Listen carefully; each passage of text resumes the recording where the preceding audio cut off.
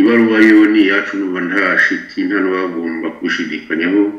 Ibaruwa nayanditse kubera impamvu imwe muzi kandi izwi n'abanyarwanda benshi cyane abakurikira ibyerekeranye na politiki y'iwacu na politiki y'amahanga. Nanditse ibaruwa nyandikiye perezida wa Amerika Bwana Barack Obama mubwira ko mfite agahinda kandi ko gahinda ngasangiye n'abanyarwanda.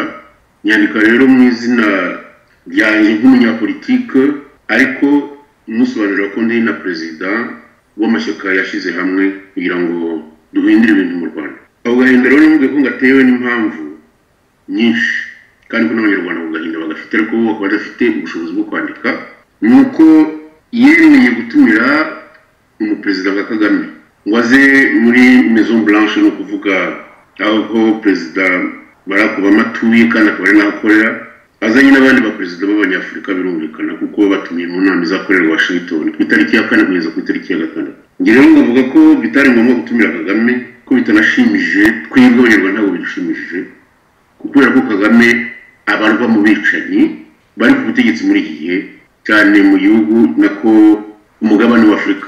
Ubwo nubwira ko hashize imyaka myinshi abanyafurika bategereje mu by'ukuri ko bagira ikintu cy'ikizere ko nabo bafite ubwigenge, ko bafite amahoro mu bihugu byabo, ariko ko bitashobotse. Aho bitashobotse rero cyane cyane no mu Rwanda kubera ubwicanyi bwagiye buhaza nako cyangwa se buhaba kugeza amagingo aya ngaya, tukaba tudafite demokarasi. Ko aho kugira ngo tugire demokarasi ahubwo twabaye abaje ba politike, tubigizwe n'uwo muntu yatumiye kugira ngo azaze hamwe n'abandi bategetsi ba Afurika baganirira aho ngaho muri Amerika. Ikindi rero nuko ntatinye kumubwira ko basa n'abamushyigikiye kubera impamvu zabo bwite, ariko ko ari impamvu zishingiye ku bukungu bwabo cyane bw'ibyo biba mu gihugu cya Kongo, ndetse sinabo gusa sivuga igihugu, sivuga Amerika yonyine cyangwa se Leta Zunze zonyine cyangwa se Leta Zunze Ubumwe zonyine, harimo n'ibindi bihugu nka Canada nabyo nabishyize muri baro. Ariko igice cya kabiri namubuzaga ko perezida Kagame nta kintu yubahiriza mu biriho we yubahiriza cyangwa ashaka kubyubahiriza. Ibyo bamashaka ko byubahirizwa ni ukubahiriza amategeko y'ikiremwamuntu, nuko haba urubuga rwa politike mu Rwanda, nuko haba demokarasi mu Rwanda, nuko abanyamakuru bahabwa ubwisanzure bakandika ku byo batekereza bifitiye igihugu akamaro n'ibifitiye abanyarwanda akamaro. Ibi byose perezida Kagame yarabihakanye, ntabyemera.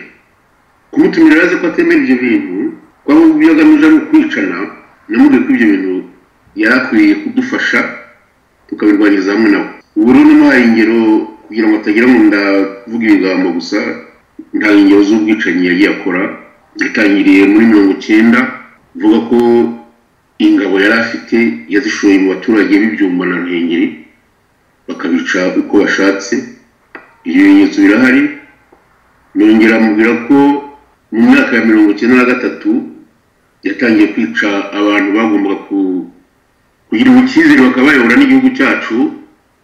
Ntanga amazina amwe, natanze izina ry'abanyakwigendera Emmanuel Gapyisi na Gatabazi Feliciani, ntanga n'izina rya Sendashonga.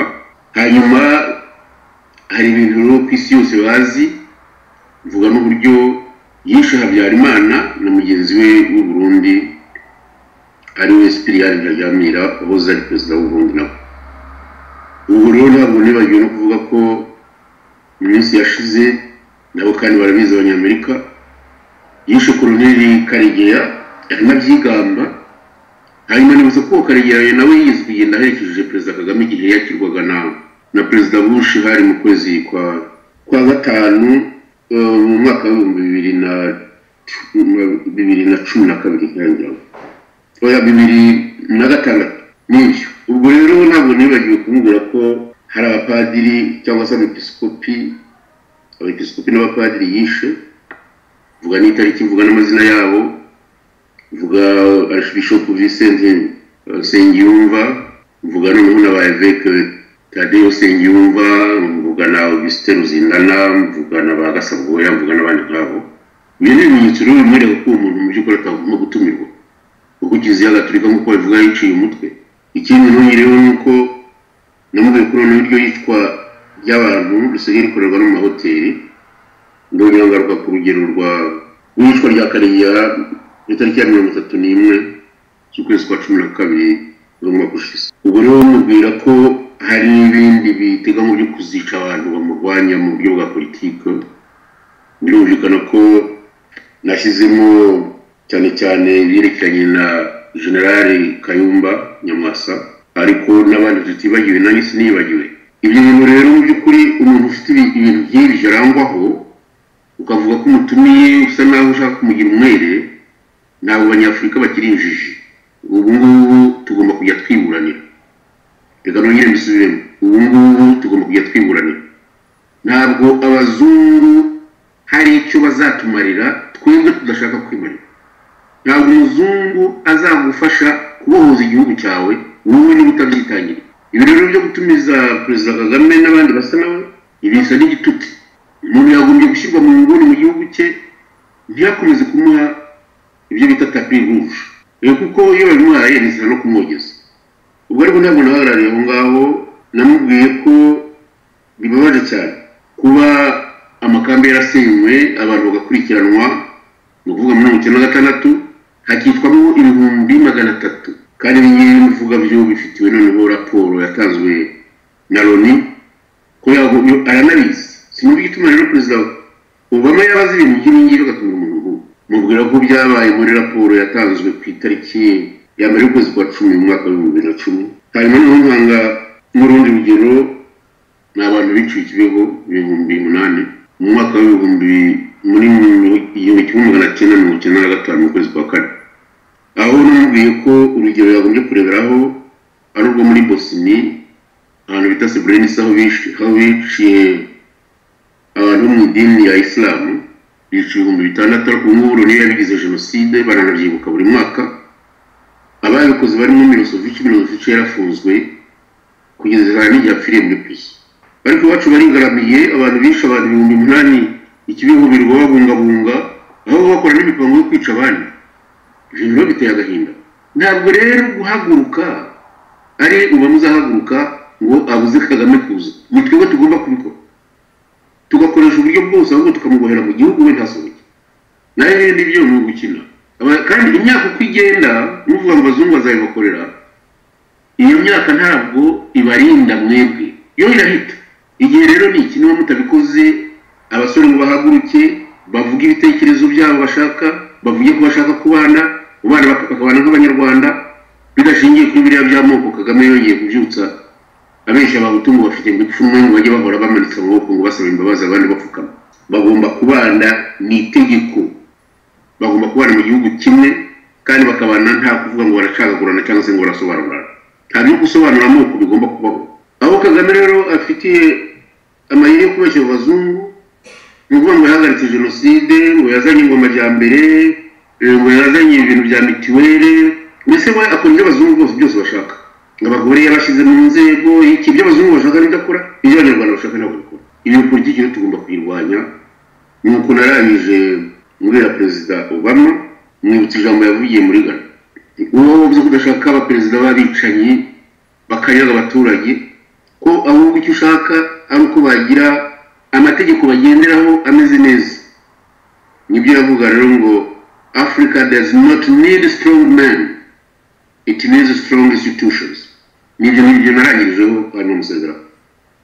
N'ayo magambo nabwiye Perezida wa Etats-Unis, Perezida wa Amerika, bana Barack Obama, niba ari wanamwohereje ejo. Murakoze. Murakoze bwana Perezida. Ariko hari ikibazo abantu benshi bakunda kwibaza, bavuga bati gucokoza abanyamerika cyane, umuntu akababwira yuko barimo bafasha Kagame ko wenda bitagira icyo bimarira abanyarwanda. Ariko mu ibaruwa yanyu nabonye hari abantu b'abategetsi babiri mwibasiye, mwavuze ko bashimashima Kagame rwose bamwogeza cyane, harimo Suzanne Rice na Samantha. Ese mwabwira icyo abanyarwanda bavuga yuko ahubwo abo bategetsi umuntu yagombye kubavuga neza kugira ngo batwumvishirize ikibazo? Ako ni akabazo kamwe. Akandi ka kabiri abantu bibaza, ese mufite ikimenyetso k'ibaruwa kuko yageze kuri Perezida Obama niba itari mu itangazamakuru gusa? Murakoze. Twebwe reka nanyure kuri ibyo aderese ndayifite niyo bita muri Maison Blanche kandi igerayo ngewe bakambwira ko ihageze ubwo numva nta kibazo ufite kuri ibyo ngibyo abandi bafite uburyo bakoresha barabikoresha wenda ku iposita zikaba zaragezeyo mbere yanjye ariko yanjye mfite uko nayohereje kandi icyo nzi cyo ni uko yagezeyo icyo ni igihamya cya mbere icya kabiri rero mbaje ni iki ngicyo ndagira ngo amateka ya Susan Rice arazwi uko niwe wandikiye Perezida Clinton igihe bakoranaga muri 1994 ko atari ngombwa gutabara abanyarwanda ariko nuko yari yavuganye n'abantu b'inkotanyi ibi byo nta wabigisha kuko n'ibimenyetso birahari abashaka gufata ubutegetsi birazwi baranditse ku itariki ya 30 z'ukwezi kwa kane ko atari ngombwa ko hagira ingabo zitabara abatutsi barimo bishwa n'abahutu barwanya ubutegetsi icyo gihe ibyo rero ntawabihakana kuko byasinywe n'inkotanyi zibisinya kandi zivuye mu nama zari zimaze gukora ngo yitwa biro politiki ibyo rero aho ngaho ntabakorwa ahaburana uwo mudamu rero nawe ari Susan Rice ntiyahakana batabigizemo uruhare kubera ko na Clinton yarabyemereye yagiye no kubivugira ikigali ati igihe nari mu biro nicaye ntabwo nzi ko barimo babaniganiga kugeza ku magingo nkare yo kuvuga ko habaye jenoside ibyo rero byo ntawe ubiburana uwo mudamu yagize uruhare mu byabaye mu Rwanda ikindi nuko umwanya yakoragamo mu gihe yakoranaga na Clinton n'ubu niba asigaye yakoramo ubu ni umujyanama mukuru mu byerekeranye na security no kuvuga ibyerekeranye na politiki yo kurengera ibihugu cyane cyane no kurengera igihugu cya Amerika ariko cyane cyane mu byerekeranye na politiki y'amahanga ubwo rero birumvikana ko ari mu bamwe babwiye Perezida Obama ko inshuti yabo Kagame nawe agomba kuza muri abo ikindi ni uhagarariye abanyamerika no kuhagararira Amerika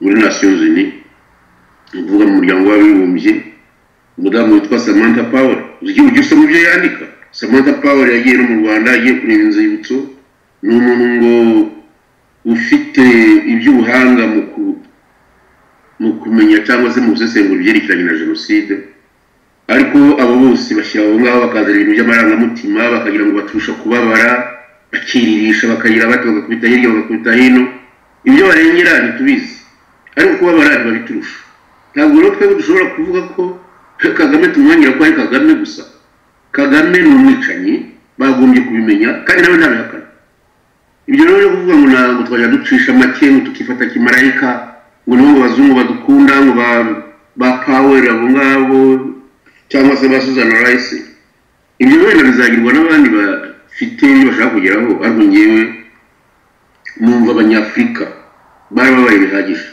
babaye abacakara bajyanye ku migozi batawe mu nyanja ya Atlantic bagiye guhingiriza muri ibyo bihugu ubasigaye batuyemo batazi niyo baturutse ubukoroni buraza nabwo burongera burabatsikamiza independence ziraza none independence zabaye ibice ibihugu bisigaye biyoborwa n'ibisambo n'abicanyi birirwa badaha abaturage igihe cyo kuba bagira uburyo bahumeka nabo bavuga ijambo bashatse nibo rero bagomba kwihuza ubu noneho igihe kirageze ubwabo ko bagomba kwishyira hamwe bakareba uko bibaho niyo mpamvu n'ubu ijambo ryo gushyira hamwe n'abanyarwanda babyumve nabo bari mu mashyaka babyumve uburyo gukomeza kwandika haba mu byongereza haba mu Bifaransa haba mu ki ntabwo amagambo avugwa nkayavuga n'amagambo yandikwa ari azarangiza intambara turimo ntabwo rero dushobora kwemera gutegekwa n'agatsiko k'abantu babicanyi ngo batumiwe ngo n'abazungu ngo babahaye imidari ngo byagenze bite ibyo ni ibintu bigomba kurangira no gushaka ubwigenge